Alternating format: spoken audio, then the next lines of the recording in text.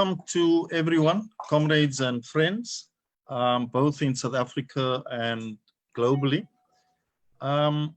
Tonight we have a special discussion, and the topic relates to the future of the Palestine liberation struggle, and it's entitled Prospects for One Democratic State and What is to be Done. Now, when we talk about one democratic state, we are referring to, or what we mean by that, is that all people living in historical Palestine will have equal rights with, of course, the necessary reparations for the Palestinians, but will reside in one democratic secular state with equal rights. So this discussion is a follow-up to one that was held a few weeks ago by comrades in Johannesburg, the PSC Joburg branch, and we decided as Cape Town PSC to follow up that discussion and to attempt to get to more concrete issues, resolutions that will hopefully take us forward as part of a global solidarity movement. So we have a special lineup of speakers. I'll introduce them one at a time before they speak. Just to say that Haider Eid cannot join us because of conditions in Gaza. And he sent me an email earlier that it's even worse now because the only power plant has run out of fuel. So he's unable to connect, and instead he has sent a video for us to play with his talk, with his input. And just briefly, Haider, as we know, is an associate professor at the Al-Aqsa University in Gaza. And of course, he and all our panelists are activists and solidarity activists in support of the liberation of Palestine and the Palestinian cause. I'm going to ask Lutfi to play the video now, and after the video, we'll follow up with Noura, who I'll introduce, and then our third speaker, Jeff. Now, unfortunately, Zain Dango couldn't join us, and that's because he has a special meeting for an emergency with the coup in Mali. So unfortunately, he's unable to join us. We're all disappointed, but nevertheless, yeah, that is a critical situation that he needs to attend to. Okay, so Lutfi, can we screen Haider's input? Okay. Okay, you just need to, the screen sharing, you need to enable the screen sharing. Okay, so goodness now, where do I do that? Oh yeah, share screen, right. Okay. So. Host disabled attendee screen sharing. Okay, so I'm giving you, okay, yeah, clicked on all panelists. Okay, I've got it. Okay. Right.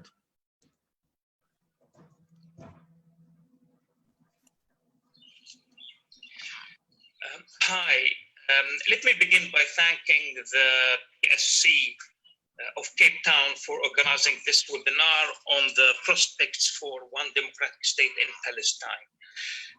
As you know, I'm addressing you from sieged Gaza in occupied Palestine. And let me just give you an idea as to why I had to pre-record my talk instead of being with you right now. Well, Israel is tightening its collective punishment of the Gaza Strip. It's as simple as that. Now, Israel's defense ministry announced on Monday that it would be closing the Kerem Shalom checkpoint, which is the only place Israel allows goods in and out of Gaza.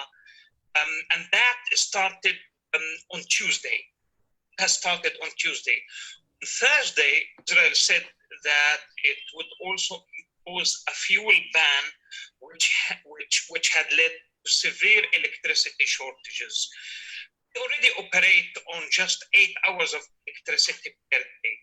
Now, those hours have dropped from 4 hours of electricity per day, which constitutes collective punishment, violation of Article 33 of the 4th Geneva Convention, thus a war crime.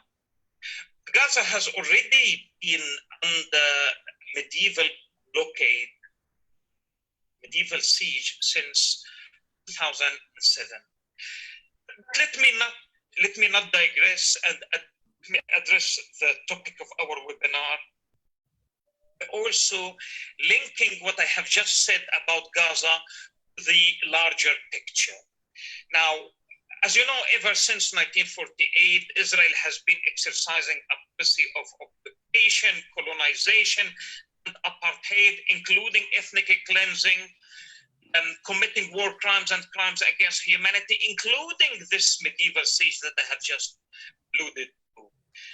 The last 10 years alone, Israel has committed a series of massacres in which whole families were wiped out, cold blood.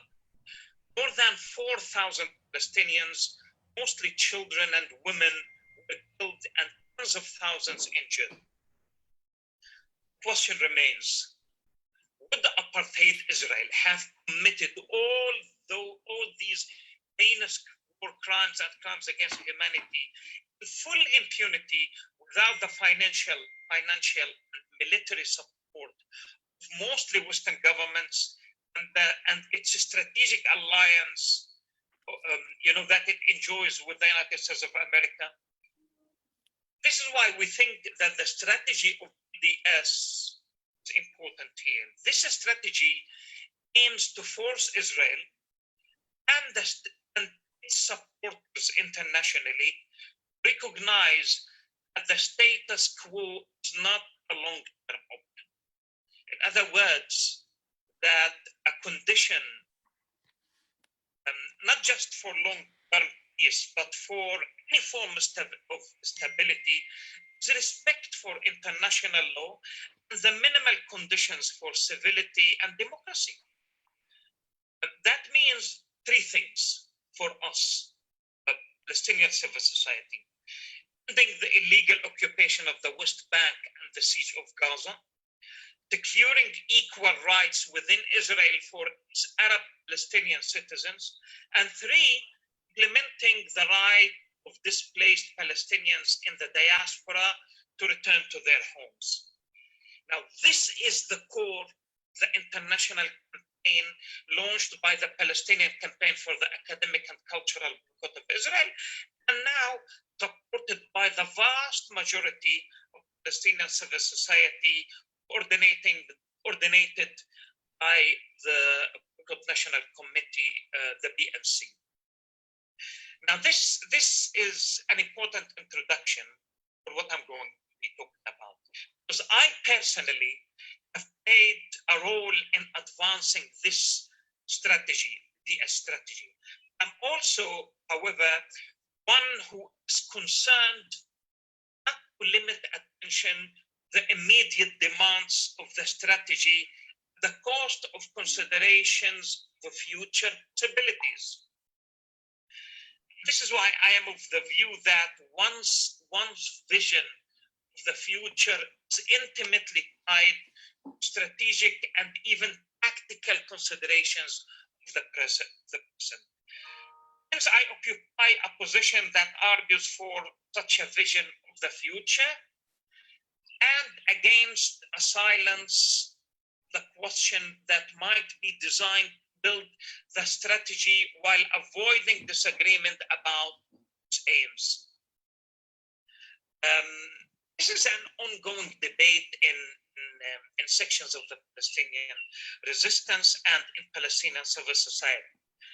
And since my PSC comrades have asked me to address the extent to which the one democratic state position has been discussed in Palestine and the response of the political is, I need to clarify this point. In fact, this debate, the one versus two-state solution, is being increasingly forced on both the Palestinian population as a whole and on policymakers, not only in Palestine, but also internationally.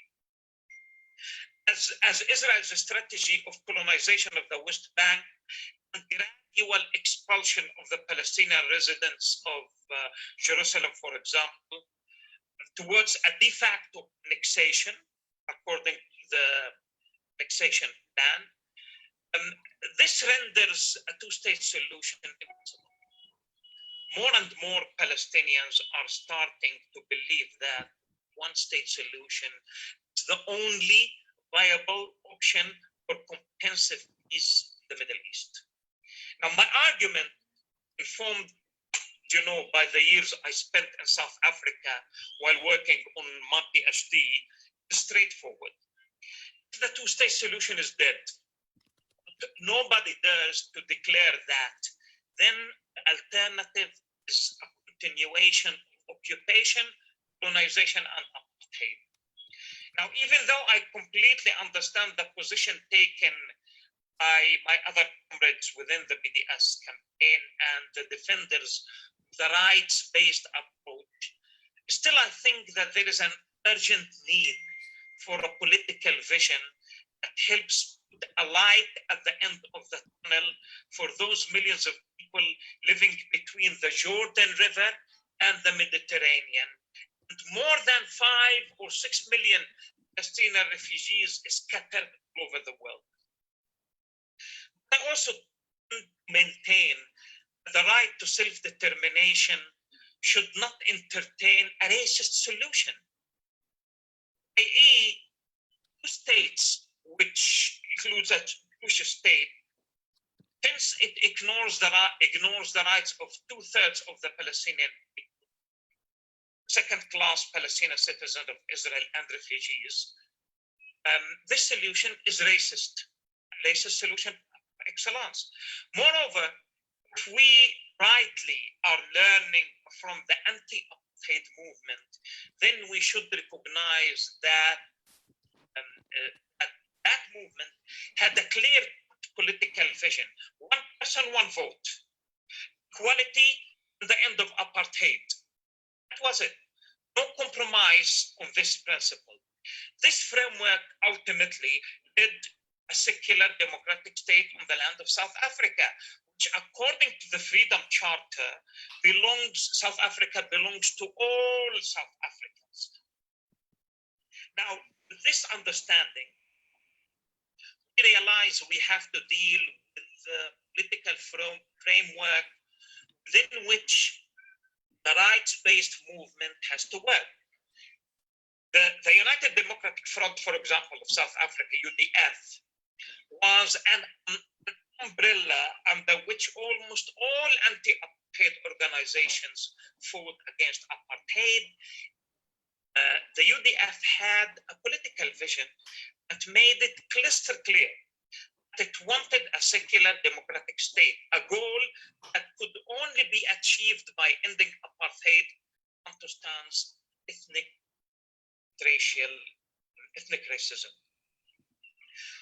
So, unlike the Oslo Accords signed in 1993 between the government of apartheid Israel, the leadership of the Palestine Liberation Organization, this alternative, secular democracy, is a long-term solution, as the two populations, here native Palestinians and settler colonists in historic Palestine, would be guaranteed equal rights, which is a compromise offered by natives of Palestine, and would be allowed to exist on the basis of citizenship. It would guarantee total equality, abolishing apartheid, stance, and separation in Palestine. Now, this alternative solution should be encouraged by liberals and leftists alike, by those who were involved in anti-apartheid activities as well. If the world learned anything from from the South African experience. It was that race, ethnicity, and religion should not be the only determinants of one's citizenship. That separation does not guarantee security defined by the powerful party. Of course, the powerful party in this case is Israel. Now, the first to call for this solution recently, of course, have been Palestinians, some Israeli, very few Israeli activists, including, of course, my comrade here, with help. Those Palestinians who see clearly the complexities of their reality, who recognize that Palestinian state in parts of the West Bank and the Gaza Strip, even in the best case, would hardly constitute a comprehensive solution to the Palestinian problem. Rather, it would only contribute towards a solution for Palestinians in the West Bank and Gaza, meaning about 35% of the Palestinian people. So such a move would necessarily lead, the two-state solution, the Palestine-Palestine of Palestine, would necessarily lead a permanent fragmentation of the Palestinian community. And this is in fact what is happening on the ground right now. And the perpetuation of the problems, the many Palestinians who live outside this Palestine mini-state. As historian Benedict Anderson showed, all nations are imagined communities. Borders can be drawn to encompass and exclude any number of individuals, both between and within geopolitical entities. A combination of political vision and practical measures on various fronts, the West Bank, Gaza Strip, 1948, Palestine, the Arab world, and the international solidarity community is the necessary precondition for the materialization of any solution. And we cannot ignore that. Yet, thanks to the Oslo Accords, we have reached an impasse, either a Bantustan or nothing. This is what we are told. So it is high time that Palestinians start moving away from solutions that do not meet their inalienable right to self-determination, namely the two-state solution. This is the debate taking place, as I said right now, between the two-staters and the one-staters here in Palestine. It is a debate about the best strategy of decolonization here in Palestine, rather than improving the conditions of oppression. And as more people are recognizing the futility and the absurdity of attempting to partition Palestine, there's an urgent need for a new vision to bring about decolonization and justice in historic Palestine. We have always been saying peace and justice. Peace without justice is not peace. And this is why we think that this vision that we are talking about must be committed to the struggle for Palestinians, for the Palestinian internationally stipulated rights. It must be humanist and genuine in its attempt to provide just solution to the Palestinian question. So let's be absolutely clear about it. Palestinian rights will never be realized outside the framework of a unitary state with equality for all its citizens. This is the only way forward. White-ruled South Africa was a state for whites only, ruled by them and for them, an exclusively ethnic state in a way. Now, there was no coexistence with its racist nature. Israel, an ethno-religious state that is very much like apartheid South Africa. I understand the differences, but this is not what we're talking about here.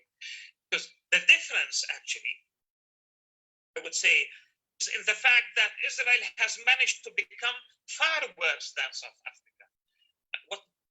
What really boggles the mind, how those who supported the end of apartheid do not see the inherent contradiction in their support for an ethnic Palestinian state that does not fulfill the right to self-determination. Self-determination for all Palestinians, unless, and as two-staters do, support the right of those who only reside in the West Bank and Gaza. But then, the question, these people who supported the end of apartheid and support a state for the Palestinians of Gaza and the West Bank, did they support the right of the four infamous Bantustans, Sky, Venda, Siskai, and Botswana? Did they support the right to independence? They used to be called independent homelands. Nobody recognized them, the exception of Israel, of course. Israel was the only country that recognized those Bantustans. I fail to understand the logic behind one's support for an impossible independent state on a tiny part of Palestine, while at the same time claiming that this cannot be achieved at the expense of the basic rights of 6 million refugees, whose right of return is guaranteed by international law, and 1.4 million Palestinians exposed to discriminatory laws in Israel. This is the logic of the leadership of the PLO, the logic of staters in Palestine. They support an independent Palestinian state in parts of Palestine. At the same time, they support the right of return and the rights of 1.6 million Palestinians living as third-class citizens in Israel. I fail to understand that, and I strongly believe that the two-state solution is a racist solution par excellence. Justice and peace can only be achieved in the context of a single democratic state that would, and this is an inclusive solution, state that would include and benefit equally all current residents of historic Palestine after the return of Palestinian refugees, irrespective of race, ethnicity, religion, gender, sexual orientation, etc. How can this happen? The implementation of non-violent measures, including mass mobilization and global investment and sanctions campaign. This campaign should maintain apartheid. Israel recognizes the Palestinian people's inalienable right to self-determination and the establishment of a democratic state in historic Palestine, a state for all of its citizens. Remember, my South African comrades, in the 60s, 70s, and 80s, you were talking about the four pillars of the struggle. You were talking even about armed resistance, political underground, mass mobilization, and international solidarity and the us. That's what happened. Because of those four pillars of the struggle, you concentrated after the mid-80s on last two pillars of the struggle, mass mobilization and BDS. And this is why in 1994, Nelson Mandela was released. In 1990, he was released. 1994, he became the first Black president of multiracial, multi-ethnic, multi-religious South Africa. And this is what we are saying about Palestine. We have learned our lesson from you. You have been an inspiration to us, and we will not accept less than equality for all the residents, inhabitants of historic Palestine. Edward Said said it, equality or nothing. Thank you for listening.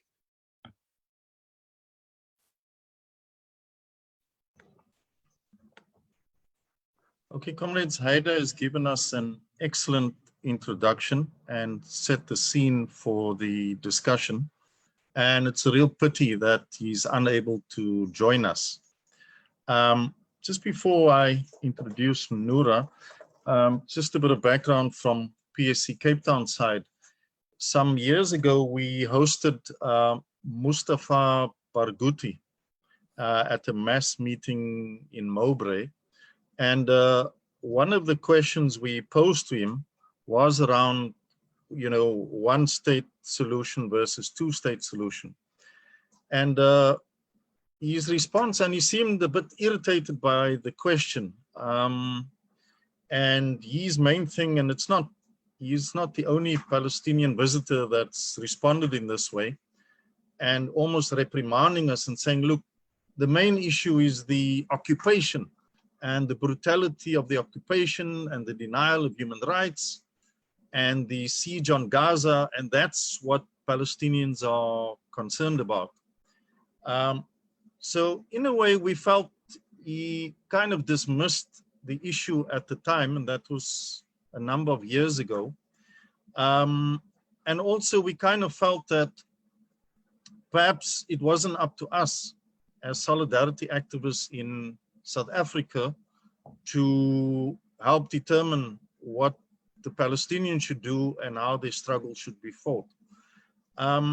I must say that since then we have shifted our position, particularly since the situation has gotten worse for Palestinians, but with the future of a liberated Palestine increasingly looking more bleak. And so we have asserted ourselves more strongly around this question, because we feel that, you know, the suffering of Palestinians, the siege on Gaza, and the question of the occupation cannot be separated, as Haida has eloquently explained, from a vision for the future, a program for the liberation of Palestine. And that is why we've more strongly put this question up front for discussion. And we hope that this will be discussed more widely globally, and of course amongst Palestinians themselves, who hopefully can arrive at a consensus on this important question. Okay, comrades, we're going to ask our next speaker to give her input. She is Dr. Noura Erakat. She is a Palestinian American, a legal scholar, and also a human rights lawyer and activist. I'm going to hand over to Noura. Over to you, Noura, and welcome. Thank you, Martin, and thank you for organizing this panel, especially because it is organized from our comrades in South Africa and connects us transnationally to be thinking about the future of Palestine. I want to begin by thanking Haidar Eid for setting the groundwork and centering, as we should, the situation in Gaza, which in many ways is the epicenter of the Palestinian future, and for many, many paying attention is also a metaphor, not only for what the future can be for Palestinians, but the future of the world. The idea of besieging communities, hyper surveilling them, enclosing them in order to use them for laboratories of new laws of war that are meant to destroy and eviscerate civilian populations, that are meant to test for new weapons technologies. This is the future, where children do not have access to clean water, and it's controversial and a question whether or not somebody is going to be granted access to chemotherapy to treat things like terminal diseases like cancer. And then when they are given that permission, children who have to be treated are not allowed to travel with their parents. And this is just the tip of the iceberg of the level of dehumanization and indignities inflicted upon the Palestinians besieged within Gaza, frankly, with global complicity and global support.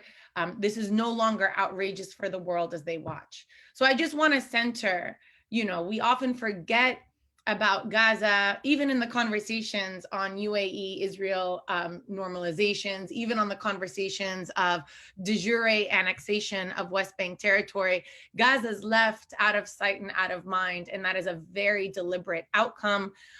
Specifically, we saw that move and come into play in the early 90s as the Oslo peace process was unfolding. We saw the seeds being planted for how Gaza would be separated from the rest of the question of Palestine, first in the circumscription of the Gaza Strip in 1993 with a first fence barrier, and increasingly since then with where we see the policy of extrajudicial assassinations begin against Hamas political and military leaders, where we see then the withdrawal of Israeli soldiers and settlement infrastructure without the ending of the occupation, where we see Israel declare Gaza neither liberated nor occupied, but a new category of a hostile entity, where we've seen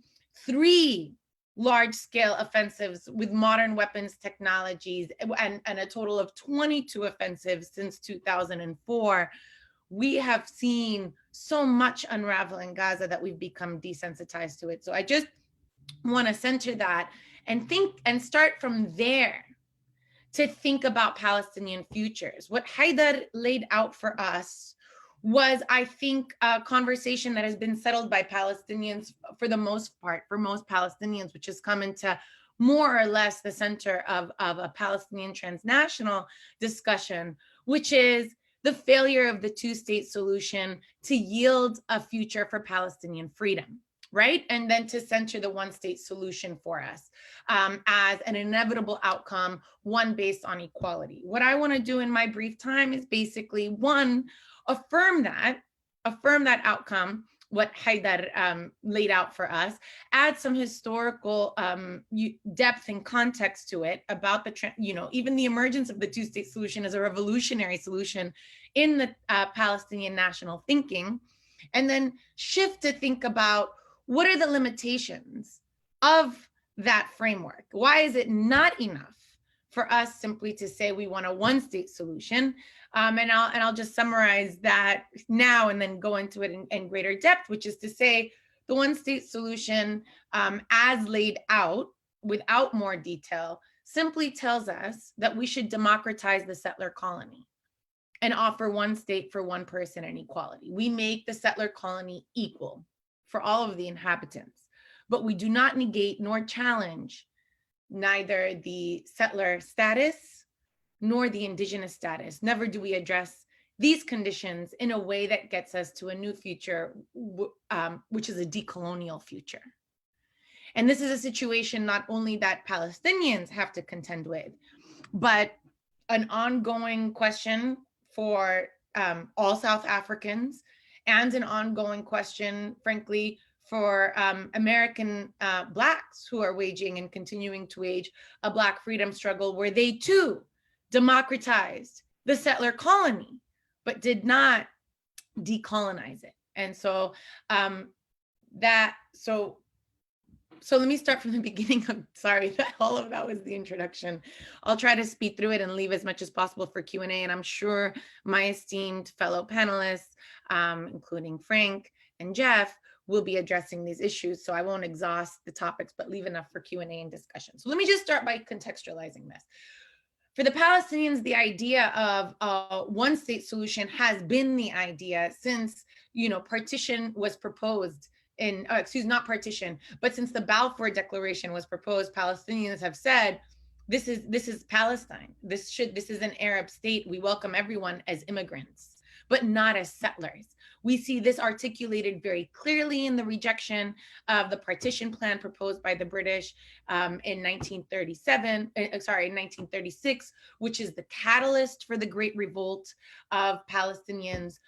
We see it again proposed as the proposition in 1947, when partition is proposed again to all Arabs. And we see that 11 states, including Yugoslavia and India and others, there are 3 solutions in 1947. 1, for a federal Palestinian state with strong protections for the Jewish minority. 2, a binational state for 2 people. 3, partition. And because of political exigencies and not any reference to legality or rights or to the will of the people, heaven forbid that has ever happened, we got the outcome of a proposal of partition in 1947, which sets into motion what we're seeing now. When in 1968, the Palestinian National Council then proposes a single democratic state, articulates that as the political vision in and makes it a cornerstone of the Palestine National Charter. What Yasser Arafat articulated before the UN General Assembly in 1974 as a vision for a future of Palestine for Jews and Muslims and Christians, this was considered revolutionary in that moment, which was to make front and center the idea of a single democratic secular state for all.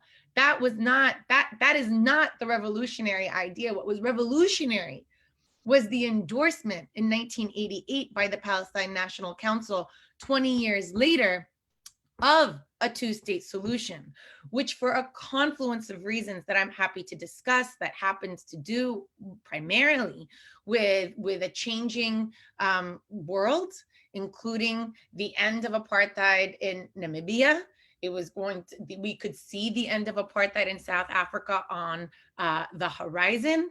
And this was a moment when the Cold War is coming to an end, and the PLO, which had been routed from Beirut in 1982 and now had a government in exile, or not necessarily, that's controversial, but had its base in Tunisia. Now a confluence, the Gulf War and so on and so forth. I don't want to exhaust this topic, but for many, many reasons, we see the PNC in 1988 endorse a two-state solution with a truncated Palestinian state in the West Bank and Gaza. And mind you, the seeds for this two-state solution were planted also in the early 1970s at the height and the apex of Palestinian revolutionary resistance, when the pragmatist camp of the PLO saw for themselves that the establishment of a Palestinian state in the West Bank and Gaza as an interim, if not final solution, and wanted to pivot towards the United States as they were seeing other states pivot towards the United States. The most significant pivot, the monumental, gigantic pivot, was Egypt's normalization of relations with Israel in 1979 by Anwar al-Sadat with Menachem Begin, without exacting a single condition to improve Palestinian lives. For the pragmatist camp in the PLO, they saw this all as writing on the wall of a shifting world and wanted to hop on that train. And I'll say here, and we should probably discuss this as well, that pivot, that Egypt pivot, the largest Arab state, the formal end of any possibility of total war with Israel in 1979, is also the most significant shift in Arab-Israeli relationships that begins this deleterious grounding that leads us to this moment where the UAE has normalized relations with Israel, but where we're going to see now Bahrain, Oman, possibly the Sudan do the same. And we can discuss that as well. But it's a reminder that Palestine does not exist in a vacuum. It exists in the context of the Middle East. It exists in the context of the larger world. So when the Palestinians propose, the PNC endorses a two-state solution in 1988, they do it on the grounds of Resolution 181, which is the partition plan of 1947, as well as 242, UN Security Council 242, which the PLO had otherwise considered a tool of domination since its passage unanimous passage in 1967. This is the monumental shift that we saw. This is, when we think about radical thinking, this was the radical thinking for Palestinians. And we saw everyone from Mahmoud Darwish to Edward Said, Haider Abdel-Shafi and others, right? Stalwarts in the nationalist movement endorsed this solution, not as a vision of capitulation for the Palestinians, but as a particular pathway to freedom, imagining that it would not negate the Palestinian right of return and simultaneously stem ongoing and expanding Israeli settler colonization into the occupied Palestinian territories of the West Bank and Gaza. What we saw then in the first 7 years, first of all, the plan, Oslo itself, and I've done this thoroughly in my work, including my book, Chapter 4 specifically, about how bad Oslo is as a legal document, how it never even articulates that Palestinians will ever have a state no matter what they do. What it embeds is an autonomy framework, basically derivative sovereignty without the horizon of a state, which repackages the 1978 Middle East peace framework between Sadat and Begin in 1993, right? Aside from the fact of we already knew that Oslo was going to fail. And the PLO itself admits that they entered it on faith. It was why Edward Said published immediately the morning after in the London Review of Books, an essay condemning the entire framework. We already knew all that. By 2000, within 7 years, it was clear that it wasn't just the Likud that was an intent on undermining even that truncated Palestinian state, but labor as well, as we saw under the leadership of Ehud Barak, who increased settlements in the West Bank by 100%. We saw within the first 7 years the failure and the shortcomings and the forever limitations of this framework. In my opinion, the two-state solution has been dead since 2000, and if that's too harsh and not giving enough chance, then for sure we saw that it died when Israeli forces besieged Yasser Arafat and his presidential compound in 2001. It was over. It was over. And yet since the early 2000s to now, we're going on now 2 more decades, all we've seen is the political theatrics of talking about peace process, two-state solution, and frankly, in ways that are basically mirrored clouds in order to obfuscate a reality on the ground of Palestinians being subject to an apartheid situation, to what Haider regarded as Black homelands, as Palestinian homelands, to Bantustans, to reservations, which are now in 20 non-contiguous parts in the West Bank, a huge Bantustan in Gaza, Israel's declaration of Jerusalem as formal annexation of East Jerusalem and of its united capital of Israel, its recognition by the United States, a wall that has been condemned by the ICJ, and 85% of its route runs through the West Bank, confiscating another 13% of it. De facto annexation and now impending de jure annexation, all of these realities, everything that we've already known since the early 2000s, which just keeps becoming affirmed to us year after year after year, after news event after news event. It has become almost ridiculous to have this conversation as if we're having it with urgency instead of having it with some sort of sobriety, that what we're seeing should not surprise anybody. This is the future. Israel has been able to act with total near impunity. Its population doesn't even know. Most Israelis probably, Palestinians for them are out of sight, out of mind. We had 3 presidential elections. Israelis had 3 presidential elections. Not in a single one of them was the question of Palestine or the Palestinians or even the treatment of Palestinian citizens of the state of Israel even part of a platform or a debate. It's a non-issue for most Israelis who think and affirm now this idea, that are going back to this idea that Palestinians don't even exist as a people, right? To this idea that Palestine is a land without a people, for a people without a land. It's a reversion to that. And we saw that in the Turkle Commission very clearly, but we see it over and over in other places, which I'm happy to cite and discuss. But the point is, what we're seeing today is what we're going to continue to see. To even, I had hesitation even joining this discussion about, the future of the one-state solution, because as a Palestinian who reads Palestinian scholars and Palestinian activists who have been saying this since the late 60s, who have been making the analogy to South Africa since the 1970s, and again and again and again. I'm an editorial committee member of the Journal of Palestine Studies, so I've also reviewed we're approaching our 50-year anniversary from 1971.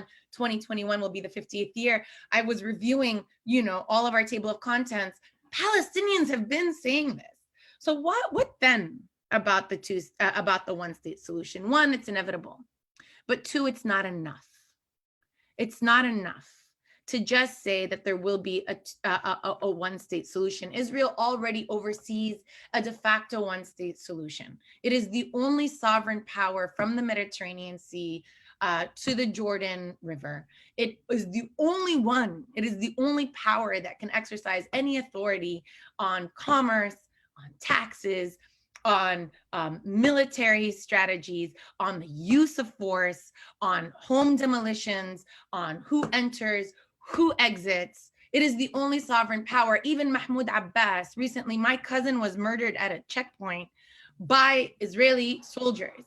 And people kept asking, well, isn't your family related somehow to the Palestinian official leadership? And I told them, this should signify, mostly, if it hasn't already, that Palestinians have no power. We are impotent as a official political body vis-a-vis Israel, but not impotent as a people. Mahmoud Abbas, the president of Palestine, needs a travel permit to enter and leave. What does that mean for the rest of Palestinians? All right, so if I've taken the one-state solution as an inevitability, then what do I think we should be talking about? I think we should be planning for the future. I think we should be planning for a future of decolonization. And decolonization is one that centers the concept of territory. It centers what has happened to the land, centers this idea of being able to acknowledge that Jewish, Zionist, Israeli are settlers. I'm not saying that they have to necessarily leave. Acknowledging their settler positionality doesn't then come with they must leave, but it comes with they must contend with that reality and contend with the fact that Palestinians are an indigenous people on the land, and that any solution has to be led by a sense of belonging that Palestinians are able to create for themselves and for others. And this has many, many possibilities. I want to share just a few things of points of provocation that I've shared before, and then end with what are the tensions that we have and why we should center those tensions in thinking about the future. So possibilities. Number one, when we think about the right of return for Palestinian refugees, oftentimes we think about that as the culmination of our freedom struggle when all Palestinian refugees have come home. And I have said in my work that we should think about the return of Palestinian refugees as the beginning of our struggle, not its culmination. It is the moment when Palestinians must determine what Palestine will look like, not only for them, but also for Jewish Israelis, because we're not going back to Palestine of 1947. We are going back to the future, to 2020, 2021, 2030, 2048. We are going back to a future and should be building that future and what it looks like. And to simply say that Palestinians are equal, one person, one vote with Israelis, is not the future we want to return to. We don't have to look very far to see how militarized nationalism and nationalist supremacy continues to reign in places where that kind of democracy has been achieved, including in the United States, which remains a white settler colony, which is why there remains a Black freedom struggle and an indigenous freedom struggle for decolonization, and why we see such popularity for Donald Trump. It's not because the poor, needed an exit out of crisis. It's because he's their last hope to hold on to the future of the United States as a white future that belongs to white people, where others can stay by matter of privilege and benefit, but not as right. Okay. So then what then does that mean for Palestinians as we think about that decolonial future? I think I don't know what the answer is. We obviously don't have answers. We're looking for ways to build it, but I think there's been a lot of proposals. Jeff Halper has been part of an initiative for one democratic state, making that proposal with a number of other people, but others who have made that proposal include our writers and our thinkers. I've been reading this book. Can you see it? Palestine Plus 100, which is basically about what are the stories of the future. It's a Palestinian futurism about the future. Here is the Book of Disappearance. Again, I just want to lift up Palestinian writers who think about this. I'm glad Haidar and I are here. I think that more women should have been on this call. You can't see this. It's the Book of Disappearance by Ibtizam Azim. Also, fiction, thinking about the future. Osama Halabi of Zukhrot there's an anthology thinking about the future. Let us continue to think about that and exercise a radical imagination and then start building towards it. Now that's difficult, and here are the tensions, and I'm going to end with these tensions to end this call. Here are the tensions. There's two primary tensions as we discuss this. On the one hand is the tension when we see Israel continue its de jure annexation of Palestinian lands. We already know all of it is de facto annexed. So as it continues its de jure annexation, what we need to do is condemn it. Rightly so, we need to condemn that annexation. But in doing so, and I've been guilty of this, we inadvertently reify the two-state solution as the framework, because annexation is illegal if we recognize the 1967 partition lines, and therefore it becomes a war crime to annex. You cannot acquire territory by force. Right? And a number of other laws, and I can rattle those off as well.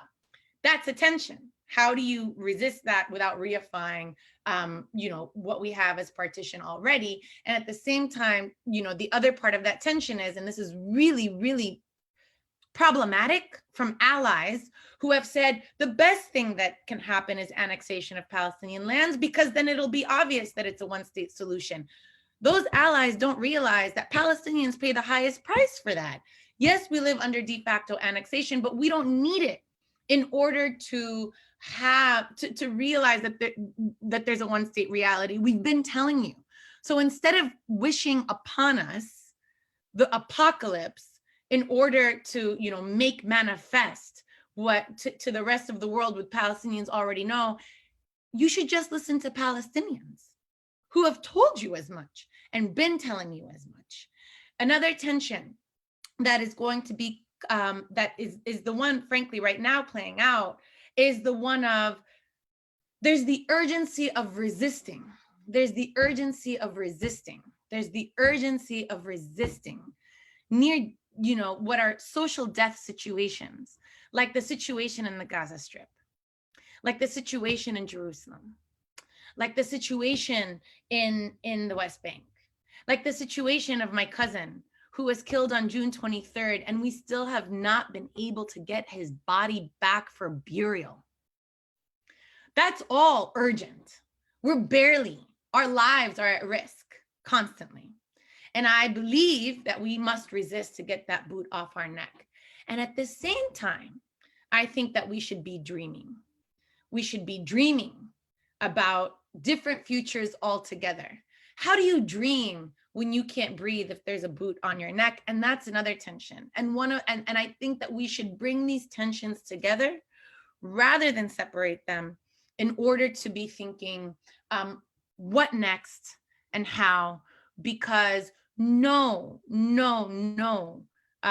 political project based on such harsh and explicit segregation and national superiority has lasted. They've evolved. The United States evolved. It ended Jim Crow. South Africa ended de jure apartheid, but they don't last in their current form. And so that outcome is inevitable. The question is, then what and how and by whom? Thank you.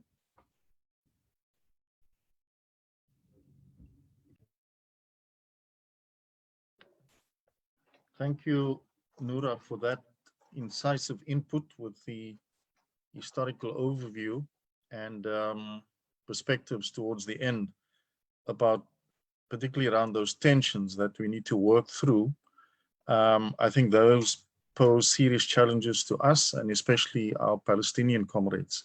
Thank you for that. Comrades, our next speaker is familiar to many of us, Jeff Halper. He's the director of the Israeli Committee Against House Demolitions and is a veteran activist in solidarity with the Palestinians, particularly around housing. And he will speak next. Over to you, Jeff. All right, thank you, Martin. Thank you all for having me. Thanks to Haider and thanks to Nora for her very inspiring talk. Yeah, I'm a part of, Nora mentioned that, I'm a part of a group called the One Democratic State Campaign. Haider's a part of our group. Nora better join us one of these days, I would hope. And essentially, we're trying to do exactly what we've been talking about, and that is go from the idea of one state, which has been for decades, an idea, to the practicalities. How do you actually get there? And what does it mean? And how would it be structured? And what is our strategy and organization and so on? And towards that end, we've met and developed a 10-point political plan that I think is very solid. And basically, let me just, I don't want to repeat, but kind of reframe or put this in a framework. For many years, as we were all activists, the political program was a two-state solution. And we all had our reservations about it mainly. But like Noura said in 1988, when Arafat accepted it, I mean, I can't be more Catholic than the Pope. It's good enough for Arafat, what am I going to say? But it became clear over the last certainly 10, 15 years, well, two things became clear. First of all, the two-state solution is dead. That's true. I mean, there's no, I think we should stop talking about it even. The other thing is, in the academic world, and this hasn't yet really percolated into the popular discourse, a whole analysis of settler colonialism has emerged. Now, settler colonialism is a concept and an analysis that Palestinians have had from the very beginning. But I think Israeli activists, including very critical people, including me, and internationals, never really picked up on it. I mean, it's a funny sort of a thing. It was never sort of, it stayed within certain circles. And even today, nonetheless, it's become a very powerful analysis. There's journals about it. There's hundreds of articles about it. Palestinians are writing about it all the time. Critical Israelis are writing about it more and more. And our attempt is to try to bring it out as an actual political analysis, because we're not using it as a political analysis. Partly maybe because it sounds too academic. When you talk to people about settler colonialism, it's a term that, it doesn't roll off your tongue. It's not a term that people who aren't academics can easily pick up on. What does it mean in colonialism and settler, you got to explain the whole thing. We really haven't found very well yet the shorthand for doing that. The point is, though, and our program is based on settler colonialism. The point is, once you understand that Zionism was a movement of settler colonialism, it puts everything else in perspective. In other words, there was never a two-state solution. The whole idea that, the whole point of a colonial movement, a settler colonial movement, is to take over the country. Or the term that we used in Zionism was to Judaize Palestine, to turn an Arab country into a Jewish country, to turn Palestine into the land of Israel. And they were very upfront about it. It wasn't a hidden agenda. They wrote about it, the Zionists, they talked about it, they proclaimed it from the hilltops. And that means the whole country. And that's the problem with our focus on occupation. Just to go back to what Mustafa was talking about, occupation is 22% of the country. What about the refugees? What about the rest of the colonization of the country? You know, in other words, you can't reduce the conflict, and that's the problem. Once you call it a conflict, well, I mean, one of the problems with Arafat, I don't think he was a very good poker player, was he began Oslo with 1967. So now, instead of starting in 47, where at least the Palestinians got 46% of the country under the partition plan, we're now starting from 22%. And now we're going to negotiate the 22%. And if the Palestinians say, well, we want all the 22%, Israel can say, hey, you're not being reasonable. You don't get 100% of what you want in negotiations, you see? And the problem is that the whole discussion for the last 50 years has centered around the occupation, the 22%, and the whole issue of colonizing Palestine, of which the occupation is just a part. It's a subtext. It's a part of that has disappeared. And what that meant, for example, was people really believed that there's an occupation.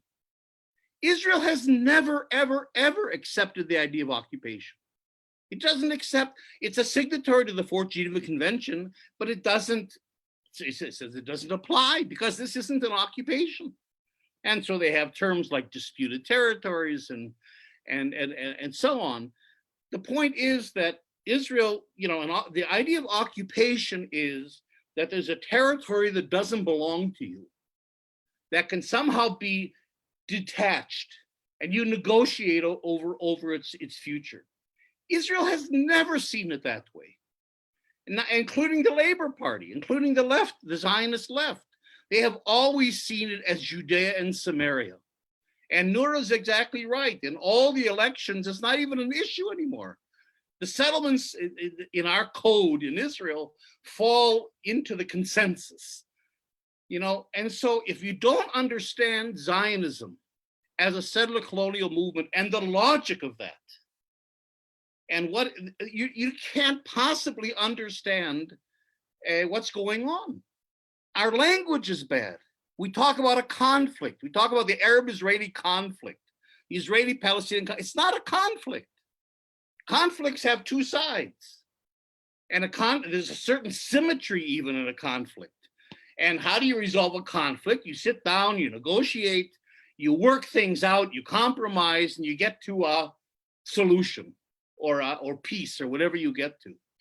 But that's not the nature of colonialism. All colonialism, settler colonialism and every other kind, is unilateral. The colonists, the settler colonists come in to take over the country. They don't ask the indigenous population. They don't care about the indigenous population. The indigenous population are not part of the equation. We're not going to negotiate with them. We're not going to talk with them. We certainly don't recognize not only their rights, we don't recognize, like Noura says, their very existence. This country belongs to us, because every settler colonial movement makes up a narrative about why they're entitled to the country. And so the problem, you know, and it was called the hidden question.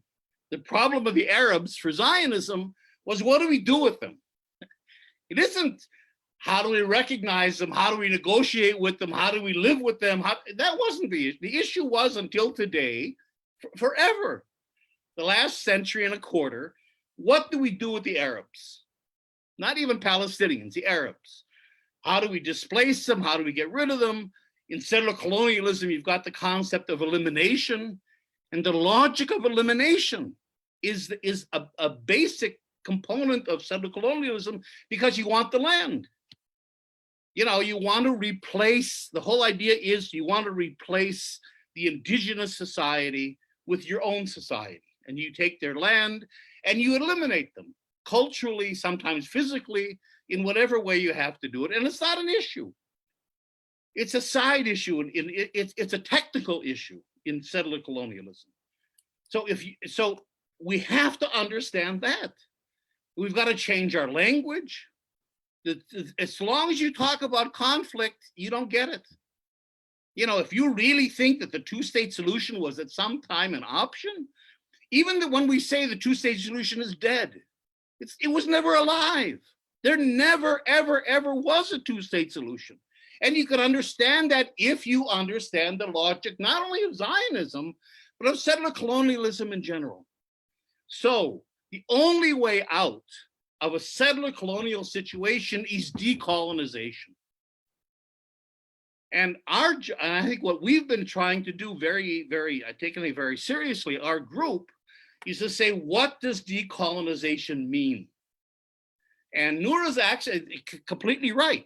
It doesn't mean, and the Palestinians, we go to we're trying to build a base of Palestinians. This has to be led by Palestinians movement, and right now the Palestinians, especially on the street, aren't buying into it yet. The intellectuals aren't buying into it yet. And one of the reasons is, there's different reasons, is that they say it's a trick.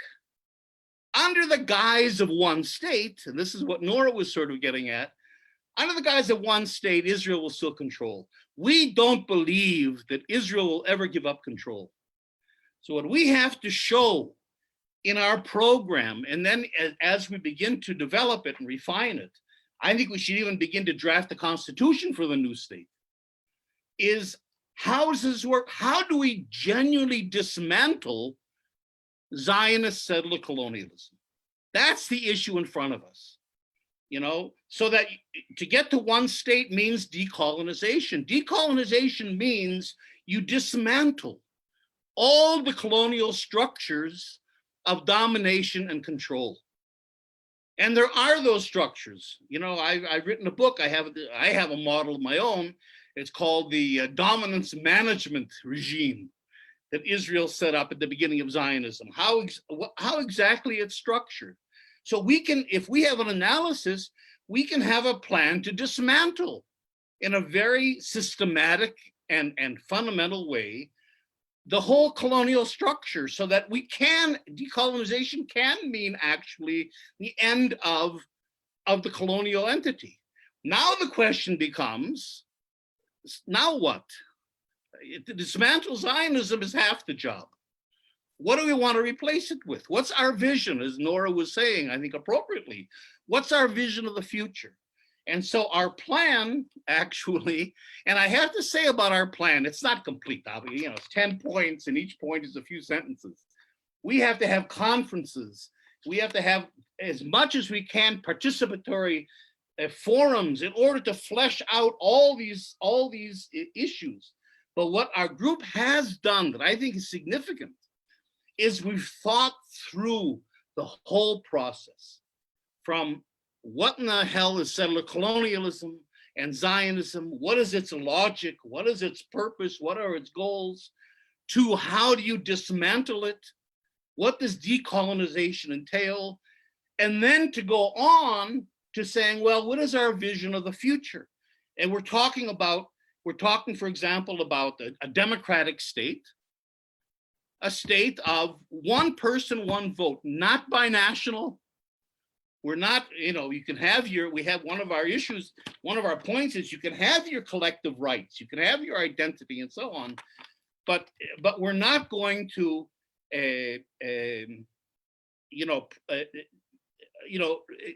keep these walls between us erected, So there's one person, one vote, with the right of return, of course.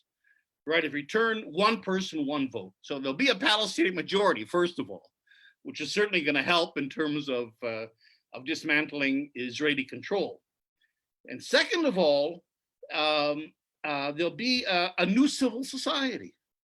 In other words, as we start to live together and to work together as equals, you begin to have a new civil society emerging, especially I think of young people. There's a new civil society that emerges. And after that, there's an African, well, he's today in Columbia University, Mahmoud Mamdani, who probably most of you know, he's very active in South Africa as well, who's really written a lot about decolonization. And he has a concept. He says, look, the Israeli settlers will never become indigenous. I mean, they're not going to become Palestinians. They're not going to, in a way, they're not going to be indigenized. But you can create, beyond civil society, a political community. In a way, you would call it in South Africa, and I think this was the brilliance of the ANC. When the ANC said we're all South Africans, it didn't mean that whites weren't white and Asians weren't Asian and different African groups weren't what they were. It meant that between our ethnic, national, religious identities and civil society, which is simply a common citizenship, common rights we have, in between there can be a layer of another kind of affective. It has an affect, it has meaning, there's an identity to it. It's not as strong as our ethnic national identities, but it's stronger than just simply a civil society. It's not we're simply living together, in kind of a practical kind of a way. So I think we can develop a political community, and that is, in my view, decolonization. Because a political community means two things. And this gets to Nora's issue. It means that the indigenous people have reclaimed their sovereignty. Sovereignty for indigenous people doesn't mean that the country belongs to them. It's not sovereignty in that sense, because the sovereignty will be with the political sovereignty will be with the state.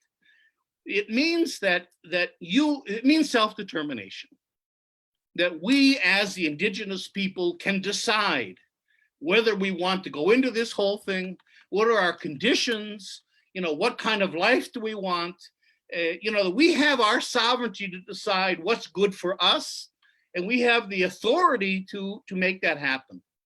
And that's, I think, the definition of decolonization, besides dismantling all the structures of control and domination. And then the indigenous invite the settlers, to put it this way. Once you've dismantled the colonial structures, once you've created a polity, a state, and a civil society of equality, once probably you've gone through a reconciliation process of some kind, where at least the settlers begin to admit and acknowledge the crimes that they've done, once you go through all that process, then the indigenous can say, okay, you know what? Now we can begin to live together. And living together means living together in a new political community.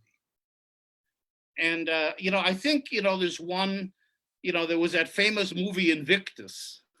I mean, we saw the movie, you lived it in South Africa, where rugby became this kind of the symbol, the white rugby became the symbol of a new reconciliation. Well, I think about that here. In football, football, the Palestinian national team has a higher ranking than the Israeli national team. And neither one of us have gotten into the World Cup. And we all know, I mean, you guys hosted the World Cup. We all know how important that is. Imagine if there was a national team in this new state that we've created, that we don't have a name for even. There was a national team in which you have Palestinian and Israeli and other players. Let's not forget, this isn't only Israelis and Palestinians. Today, we've got 40,000 African asylum seekers living here that aren't leaving, that are the nucleus of another major community. You've got a couple 100,000 Russians living here who aren't Jewish and who aren't Muslim and who are their own community. There's more communities here than just Palestinians and Israelis. So what if our new country has a strong enough football team to get into the World Cup? I mean, talk about a nation building common experience, a shared experience we would have. Those are the kinds of things that build political community. So I think we've thought it through. I think we have a great plan. Our job now is to get Palestinians into this, and it's not easy, partly because Palestinians also are exhausted, obviously. They're living under the PA as well as under Israeli occupation. They don't have that freedom. And besides which, of course, a lot of them think this is utopian. That's the problem. And that's the problem with the two-state. Everybody invested in the two-state, got disappointed, and now it's very hard to get people reignited. There's no more PLO. I think the Palestinians have to sort of try to revive a PLO, a PNC. So there's a vehicle. Right now, we're a civil society group. We don't have a real vehicle. But if we can, I think, be concrete, if we have an analysis, if we can really show that this could work, this is a real political option. This isn't some academic exercise. This isn't just protest, but this is a real political initiative in a reality in which it could really succeed if we get together as civil society. Then I think we can convince the Palestinians that this isn't utopian and begin to build a movement. Let me say one more thing and then I'll stop. And that is that I think in our strategy, we have to adopt a strategy in a way of South Africa. We have the same situation here. And one problem is, you know, if you go to Palestinians, or what a lot of them will say is, well, we can't have one state because the Israelis would never allow it. The Palestinians have gotten to a point where they're starting to allow Israel to dictate the parameters of what's possible. Well, you guys had the same problem. The ANC had the same problem. You know, the whites, most of the whites in South Africa were not going to be partners in dismantling apartheid.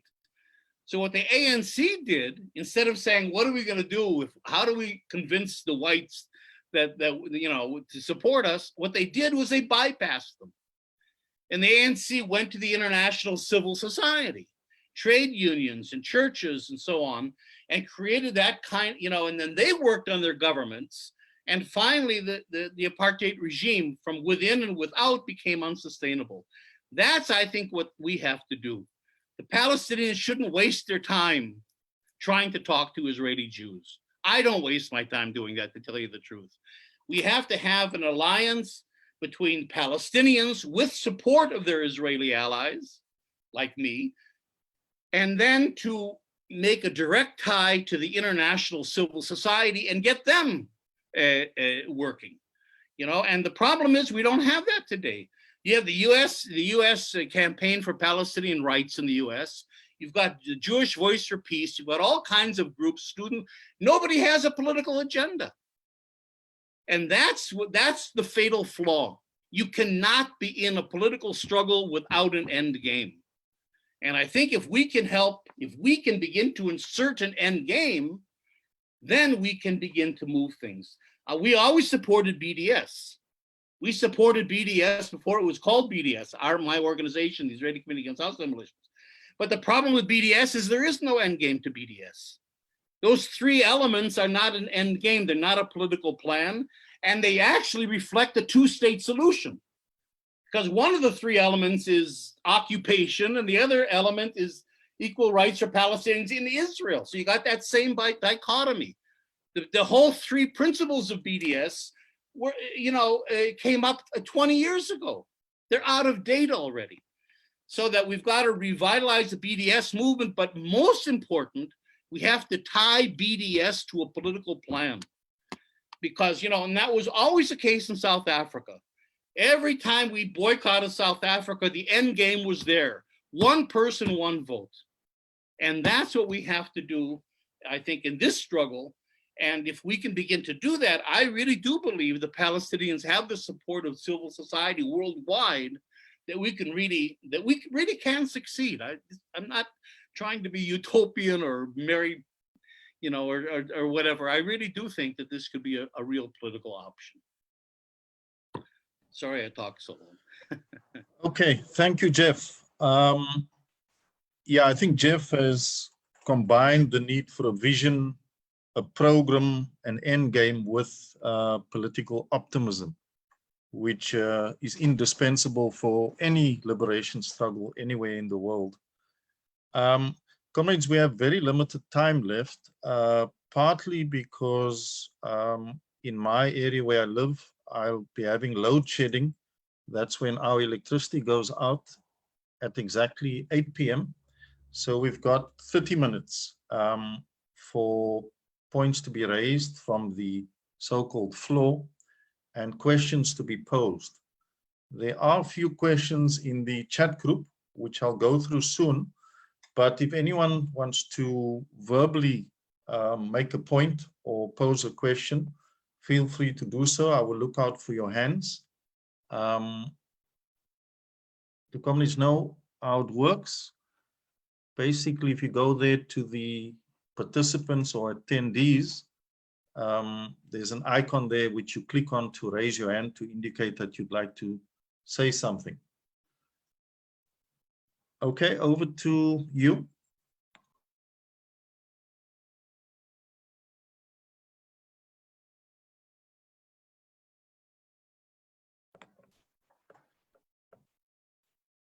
Okay, let's see.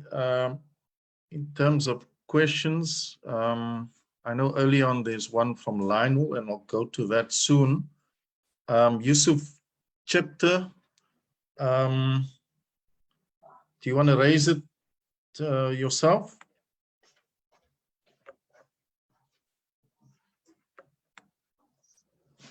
Lionel, you too?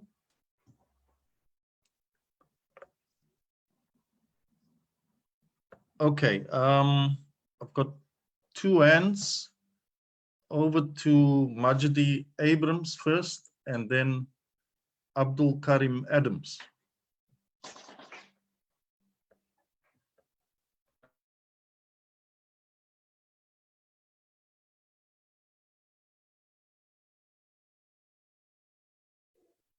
Hi, Martin, can you hear me? Yes, we can hear you. Hi, good evening, everyone. Assalamu alaikum. And welcome to the international viewers on the site. No, thanks very much for this interesting webinar debate. I'll just have a quick, short question. I think Nuro raised a very critical issue that the Palestinians, and we've always stood by that process, that the Palestinians must decide what is the best format for the struggle to be continued. And I think Jeff also speaks to that in his input. But the big question is that I've listened to the inputs, but we're not dealing with the economic parts of this whole equation, because Israel is heavily supported by the West economically, militarily, and all of that. And we have to basically start talking about how do we then form an alliance against that kind of aggression and onslaught. Because like we in South Africa knew that if we do not mobilize allies to support our struggle, then the whites would have always been in domination, because they were at that stage very powerful. And it's the same scenario that unfolds within the Palestinian issue.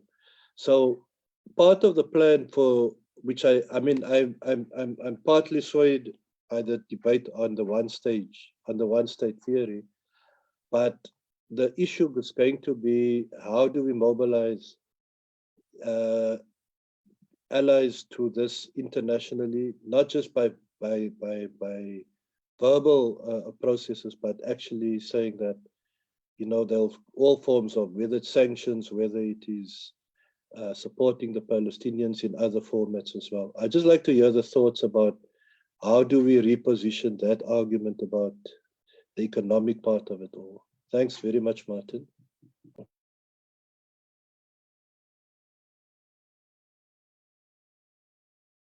Okay, Abdul, over to you.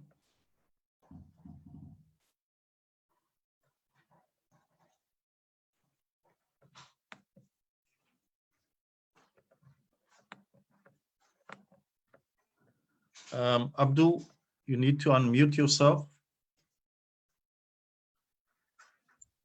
Sorry, can you hear me now? Yes, we can. Oh, sorry. Good evening. Assalamu alaikum, everyone, and our international comrades. We every time compare or we want to look at the South African example, how apartheid was brought to an end. My view is that we can never compare the Palestinian struggle and suffering with that of apartheid, because the Palestinians situation is far worse than what happened here in South Africa. And I think we need to start thinking about a unique strategy and plan that is unique to Palestine. And not look at the example of South Africa, because our struggle was still like a walk in the park. As much as or as serious as it was, and as much as how people suffer under it, Palestinians are suffering 100 times more than what we have suffered. So we have this debate of the one-state solution, right? And it is clear that the Israelis is not going to allow it. So how are we going to, like Jeff said, we must stop talking to Israel or the Israelis. We must start talking to the international community. But the Palestinians don't even have freedom of movement. So how do they smoothly communicate with the international community without being victimized by the Zionist regime? And when are we really going to bring an end to the siege of Gaza? Because we have been having these meetings and discussions and international conferences, but more and more the people of Gaza are suffering, and there's no end in sight. And I don't know what we are doing as civil society to bring a final end to the siege of Gaza, especially under the current situation. And why are we allowing, and what are we doing in terms of, or to counter this normalization of relations with Arab states that is around in the Middle East and so on? Why are we allowing that, and what are we doing to reverse that? Because they are just going to expand. Normalization of relations with other Arab states is becoming more of a reality, and it works very well for Zionist Israel. That is just my concern that I wish to raise. Okay, thank you, Abdul.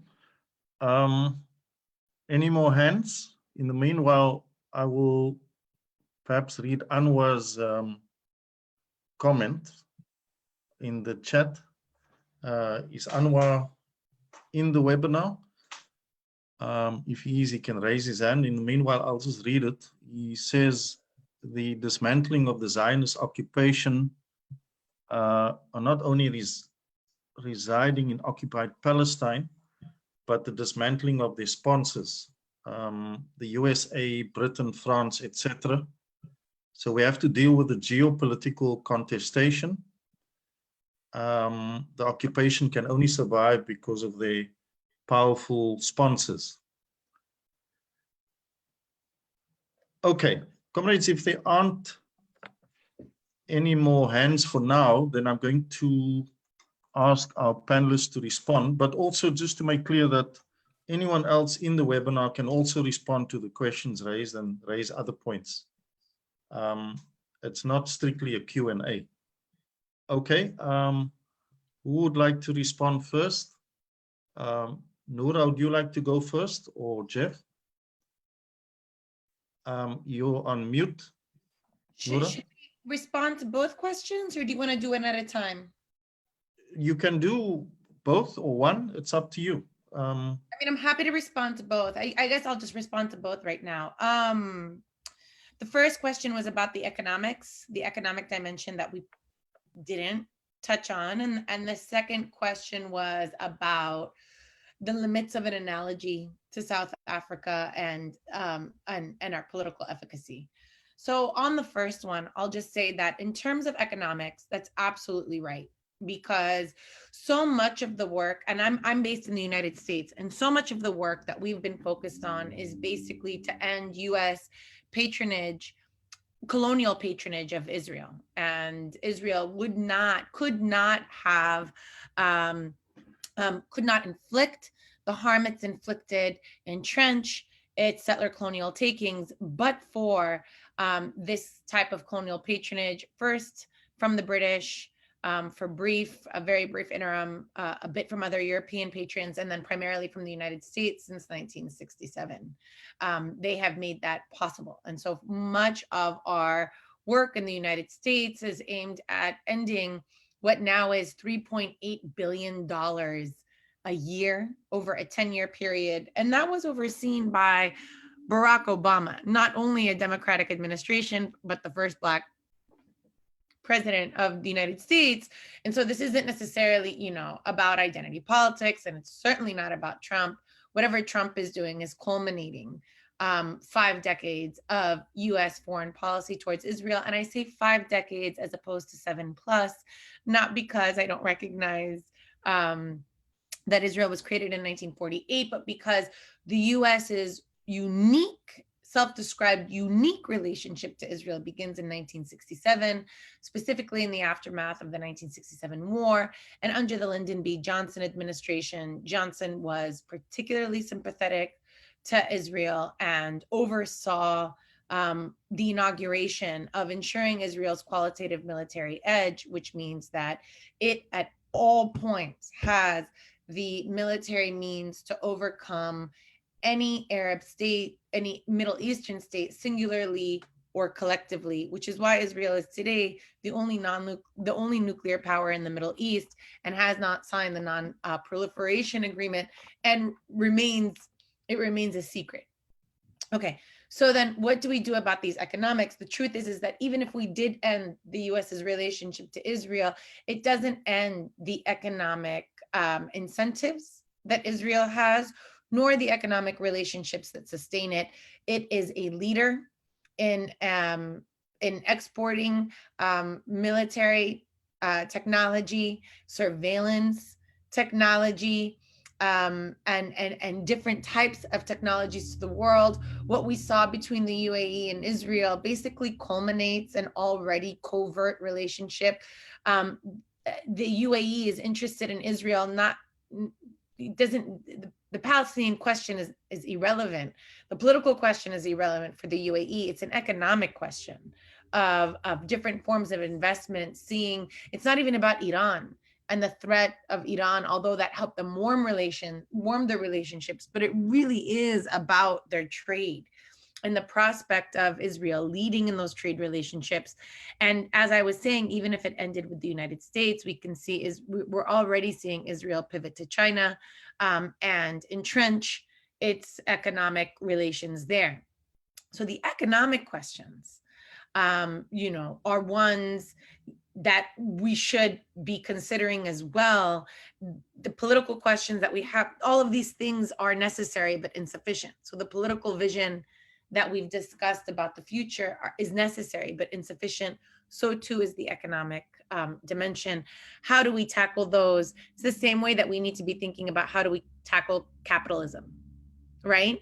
These are big questions. How do we tackle even South Africa? And I often say this. Yes, South Africa has led us and the world in overcoming de jure apartheid, but South Africa still has not finished its work. It is now the site of the greatest xenophobia on the African continent. Today, I think it's signing a contract with the IMF.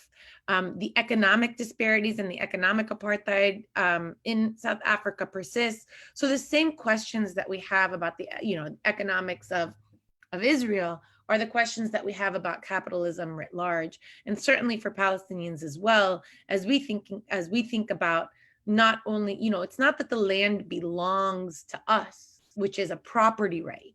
It's that we belong to the land. So even in thinking about that, it's also about overcoming capitalism and how it even controls our imagination about freedom. That's one. On the second issue about the urgency and the limits of an analogy, look, the analogy to South Africa, the reason that the analogy is so popular is because everybody understands what South Africa is, right? But apartheid is an international crime against humanity, and one that was only legislated as an international treaty in 1973 with South Africa in mind, but which pre-existed the South African example, most notably in the United States and what we know as Jim Crow, a Jim Crow regime. But the United States has also practiced apartheid. Israel practices apartheid. South Africa practices apartheid. And more generally, and this is building on what Jeff was saying, these are all countries that have practiced settler colonialism. In addition to them, Canada, New Zealand, Australia are all sites of, Algeria are all sites of settler colonialism ongoing and past. And so it's not that we draw on the analogy because that defines the situation, but it's one of those situations, it's been determined that it was wrong. It's no longer in controversy. And everything that we've overcome has been in controversy. Even slavery in the United States was in controversy at a point where it was seen as a violation of slave owners' rights to deprive them of property without compensation, right? And now or some sort of Christian values. We're over that now, right? And it's no longer in controversy. South Africa is a site where apartheid was condemned and is no longer in controversy, and yet it remains in controversy in Palestine. And so the drawing on the analogy is drawing on the historical example, on the moral clarity, as well as the triumph in one way, but doesn't define Palestine and certainly doesn't limit it. Palestine can not only be understood through theories that are applied, but Palestine is itself the site of theorization of things happening in the world. As Professor Shireen Said Ali has said, Palestine is the site of method. And so I use the analogy. I think it's relevant. I'll defend it. I also don't think, that we should limit ourselves by it.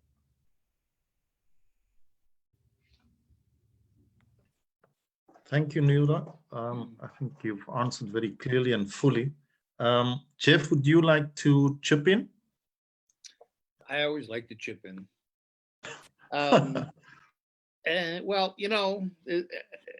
these issues all kind of run together. The only allies the Palestinians have is a civil society, the international civil society, not governments, obviously. And so we have to, I think our strategy has to rely on that. How do we, first of all, mobilize civil society for the Palestinian cause? And the good news is that the infrastructure already exists. I think Palestine is one of the major, I think Palestine did, maybe I'm overstating it, I don't think so.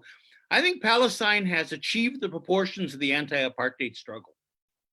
I traveled all over the world before Corona at least, and Palestine is a huge issue, in the Shetland Islands and Seoul, South Korea, and you can't go anywhere where there isn't a Palestine solidarity group, and so that the infrastructure exists.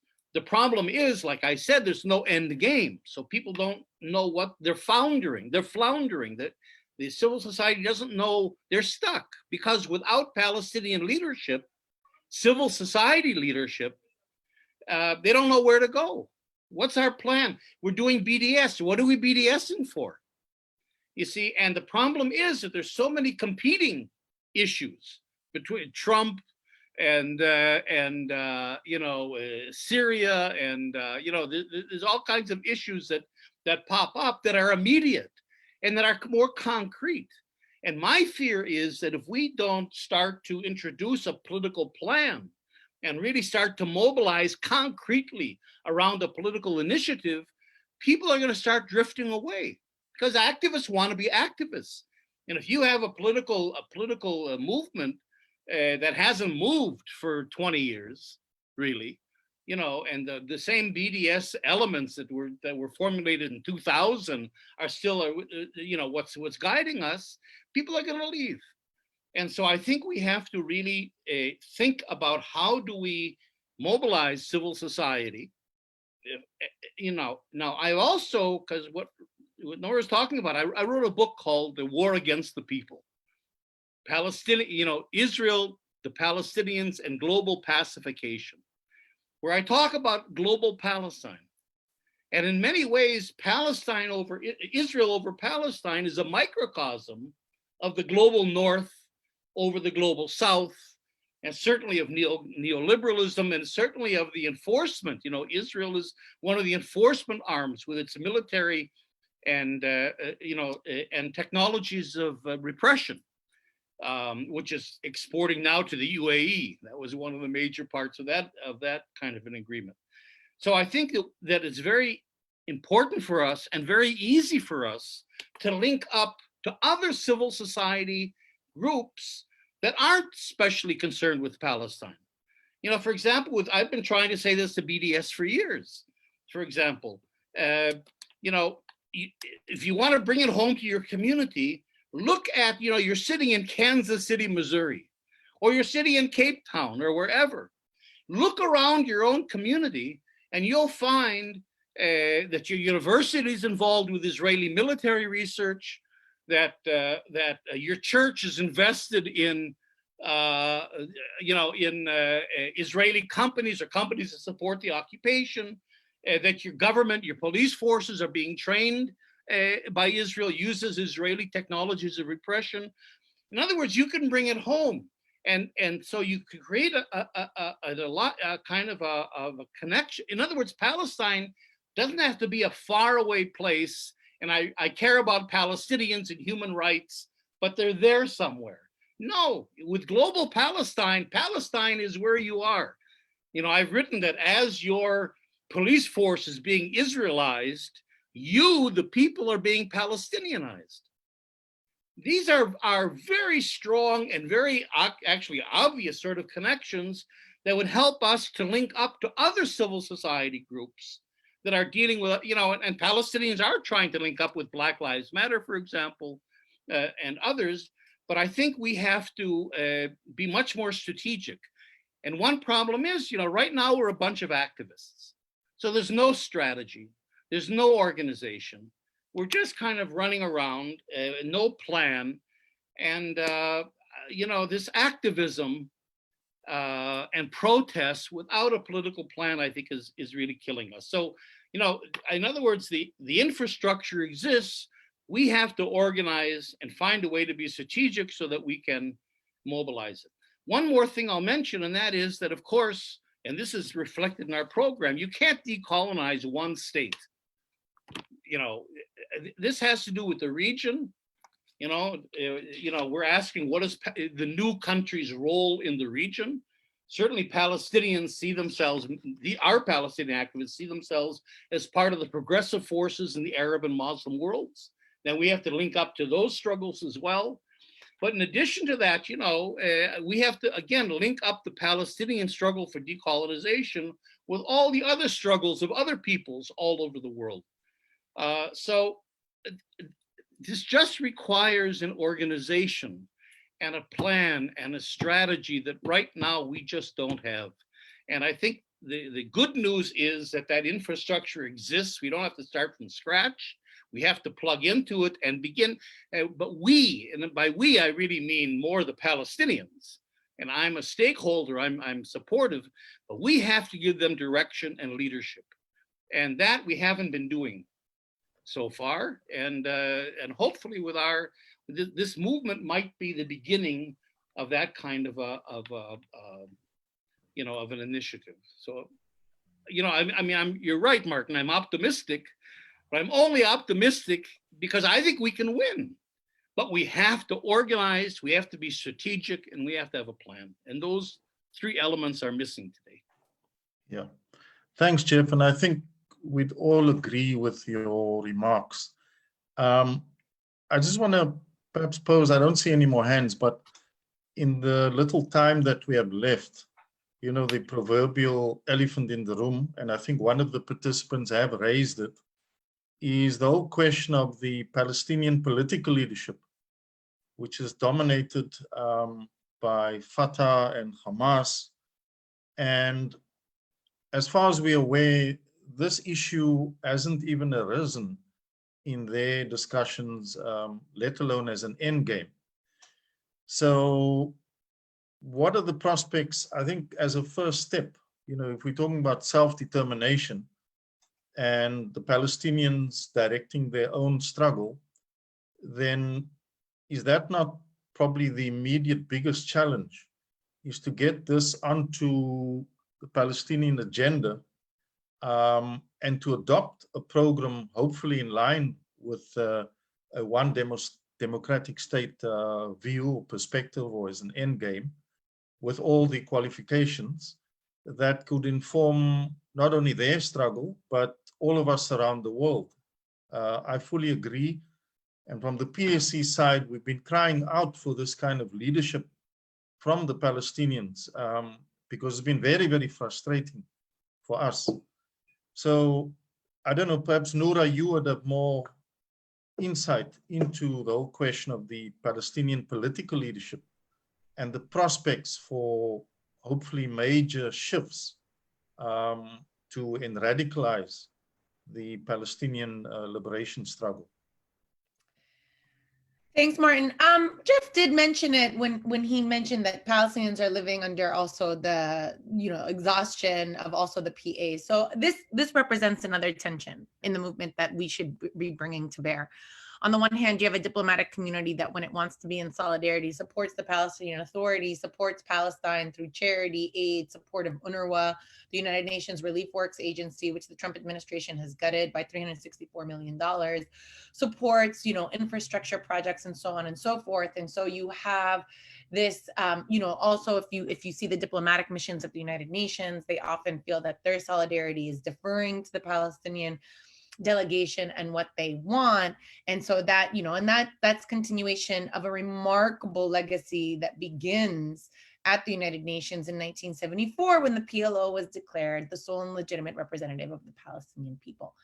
What we've seen, unfortunately, is that especially, not just since, but especially since the Oslo agreement, the Declaration of Principles of 1993, what we saw is that the PLO has been steadily collapsed into the Palestinian Authority, which has been a very dangerous shift, because the Palestinian National Authority, it was meant to be a temporary interim governing authority that oversaw the transition of the transfer of power from Israel to the Palestinians, but was never meant in and of itself to be the Palestinian government. And in fact, it's primary responsibilities are civil responsibilities, like the mailing, delivering mail, picking up garbage, maintaining sewage. So these types of responsibilities, certainly not the responsibilities of foreign affairs, of economic affairs, of sovereign affairs that should belong to the PLO. But because of that steady collapse between those two entities, we've seen the evisceration of a distinction between them, which amounts to basically the collapse of a transnational leadership body in the form of the PLO, which is our crisis in leadership. In addition to that, it has been what should be expected. Even though there is no state to govern, there is internecine conflict amongst Palestinian society to govern the truncated parts, the autonomous zones. And the most manifest of that conflict is between Hamas and Fatah. And it's horribly disempowering that we see them, and it's not just Fatah. Fatah is certainly more guilty, especially as we saw war rain down on the besieged Palestinians of Gaza, that Fatah was more concerned with defeating Hamas than it was with resisting Israel. But Hamas is just as guilty as partaking in this internecine conflict. So then what? Why haven't the Palestinians revolted? Partly because of a bloated public sector and indebtedness, the introduction of credit, now having debt, not having jobs, not having opportunities. And really, I do see a vacuum in leadership. The Palestinian Authority, it's just, there's nothing to say. I don't even get angry about it. The fact that, in 1979, when Egypt normalized relations with Israel, there was an Arab League boycott. And today there's not even a hump. The Arab League probably won't even convene in a meeting. Is totally exemplary of the failure of the Palestinian leadership. Just to finish that thought, the only thing I am optimistic, things are born in the moment that we least expect it. And all of this work that Palestinians are doing all over the world is not for nothing. We may be a bridge to something in the future. All of this work is not for nothing. And I do think that an alternative will emerge and will also defeat what will be the prospects of Dahlan. So, sorry, Noura, I'm just worried. I'm going to lose power soon and lose my connection because it's just after 8. So we're going to have a power outage on this side where I am. I'm just wondering, in terms of continuing and concluding, yeah, I wanted to pose Habiba's comment and question, but I think, unfortunately, unless Lutfi can continue in my absence, but yeah, maybe we should conclude under the circumstances. Okay, then just by way of conclusion, and hopefully I won't be cut off, I think what's clear is that we need this vision. We need a program, we need an end game, and that needs to be popularized primarily amongst the Palestinian comrades as widely as possible to gain mass support, and also within the solidarity movements all over the world. I think that's our biggest challenge, but there are obviously obstacles. That is why we refer to it as a struggle. It's never easy. And also, I think we are entering a new period. We've noted that there are mass movements revived all over the world around questions of racism, decolonization. COVID-19 has exacerbated the global economic crisis, and we are going to enter a period of much greater class tensions all over the world. And Jeff's point about linking up those issues and struggles that are emerging with the Palestinian struggle will be more easily or more readily we'll be able to do that. So Palestine doesn't become something 1,000 or 2,000 miles away, but it's very much linked to local struggles, whether it's around land, housing, decolonization, racism, etc. So as we remarked earlier, we can only be optimistic and continue to plug away and build our movements towards the liberation of Palestine, but in effect, the liberation for all of us, because South Africa is far from a genuine democratic decolonized state, as many of our comrades on this chat or on this webinar will tell you. So comrades, with those concluding remarks, thank you very much to Jeff. Thank you very much to Noura. And thanks to all of you for participating. We had a strange phenomenon tonight. We were oversubscribed, and yet we only had, I think, maximum about 30 or more participants in the webinar. So we're going to do an audit. There might be some strange kind of sabotage happening here. We know that Zoom is not particularly secure, but it's something we're going to investigate and hopefully can avoid in future. Thanks very much to everyone for attending, and this won't be our last discussion on this question. All right, thank you very much for having us. Thank you very much. Will you post this for the people who didn't get to see it? Yes, we will. Lutfi will take care of that. All right. Thanks, Lutfi, for all the technical and production support. Thanks, Lutfi. Thanks, Martin. And thanks, Noura. Thanks, good Jeff. night to everyone, or I don't know, depending on where you are. Aluta continua. Amandla. Yes.